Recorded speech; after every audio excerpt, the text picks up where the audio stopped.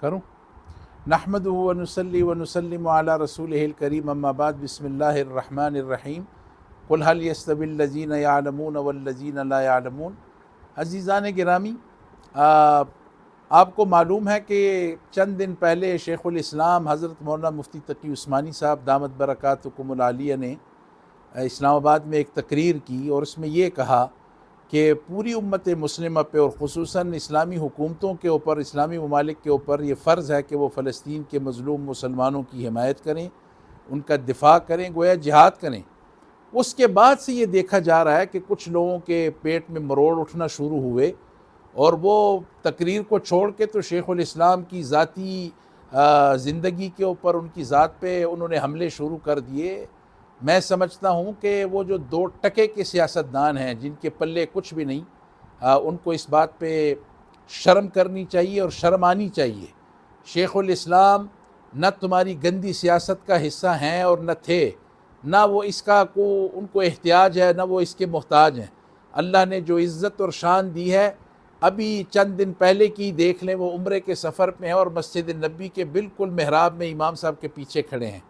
اور شیخ الاسلام مفتی تقی عثمانی صاحب دامت برکاتہم امت مسلمہ کا اثاثہ ہیں اور ہمارے ماتھے کا جھومر ہیں اور ہمیں ان پہ فخر ہے۔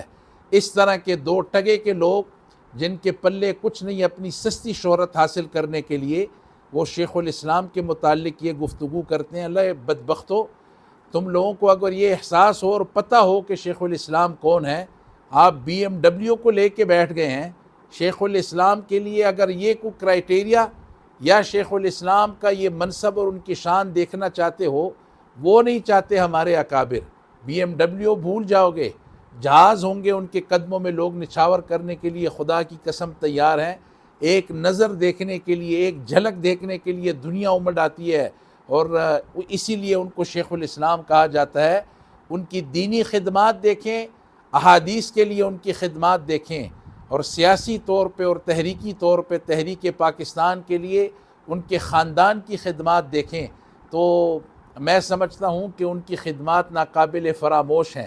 لیکن کم از کم میں ان ناعاقبت اندیش سیاستدانوں کو اور بدبختوں کو اور کچھ اپنے ان بھائیوں کو کہ جو شاید کسی غلط فہمی کا شکار ہیں یا کسی کے کہنے پہ یہ کر رہے ہیں، خدا را اپنی حد میں رہیں۔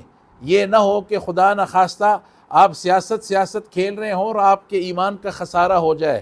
دنیا بھی گئی اور آخرت بھی گئی، خسرت دنیا والآخرہ۔ قرآن کا حکم ہے، اس بات کے اوپر بھی ذرا غور کریں۔ اہل علم اور جن کے پاس علم نہیں وہ برابر نہیں۔ هل يستوي الذين يعلمون والذين لا يعلمون۔ تو میری ان سب حضرات سے درخواست ہے کہ جو کسی غلط فہمی میں یہ کر رہے ہیں، اللہ کے حضور توبہ کریں۔ جو قصدن کر رہے ہیں ان کا کام اور شیوہ یہ ہے، وہ لگتے یہی ہیں کہ وہ اسرائیل کے ایجنٹ ہیں اس ملک کے اندر۔ ان کی کوئی 2 کوڑی کی کوئی حیثیت ان کی اس ملک میں نہیں ہے، اور نہ ان کو کوئی منہ لگانے کے لیے تیار ہے۔ سارا عالم اور سارا عالم اسلام شیخ الاسلام کا ہے۔ انشاءاللہ اس طرح کے گلی کے غنڈوں کو ہم کبھی اجازت نہیں دیں گے کہ وہ شیخ الاسلام اور ہمارے اکابر علماء کے اوپر بات چیت کریں اور اس طرح کی زبان درازی کریں۔ پورا پاکستان شیخ الاسلام کا ہے اور شیخ الاسلام کے لیے کھڑا ہے۔